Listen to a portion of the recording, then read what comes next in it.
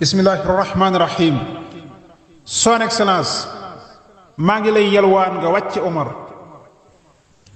mooy indi jàmm ndaxam askan wi ñépp a ngi mer. Son Excellence, maa ngi lay yelwaan nga wàcc Omar mooy indi jàmm ndaxam askan wi ñépp a ngi mer. li wax ci Tuubaa ak Tiwaawan wax ko seeni sëriñ jombaati nag jekki foofii bay dogal ci sa mbir. kuy fal da ngay fal ku saw askan di sopp ka naw waccal mu dem leemu laa tàbbal ci cooba ki lor. ab dof du jiite te kii yembul te kun war a faj yelloowul ak pal te koo kii bokkul ak ñi la wër.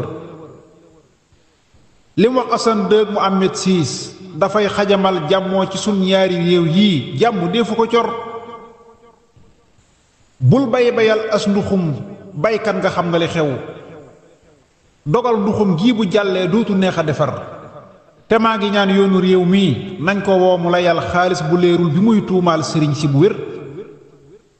tem ñëw ba Tuubaa faram fàcceel nu mbir yi mu gis ci biir jumaa ji lu fiy maasoo ñi def ci lu bir. bu loolu weesoo nu gaaral mbind mag ñi fi woon mu ñëw janoog gaa yi xam-xam indi firnde yu wér. koo xam ne kii say arab leerul ci benn anam te laquloo xam-xamub lislaam ci fànn gu wér.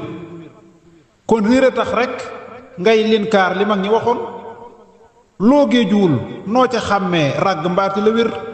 fala balaagata kallaa laa wala lughatan wala usula wala fiqhan xamoo lañu tër. koo xam ne kii saa yu àddoo nax wu yuuxu ca kaw ngir xamiwul mubtada bil xukmi mbaate xabar. su dee tarib aaya way mokkal ya ànd di say ngir yàq gaak runge yay saf waa ju bàyyi na far. teggin yi réew mii di baaxoo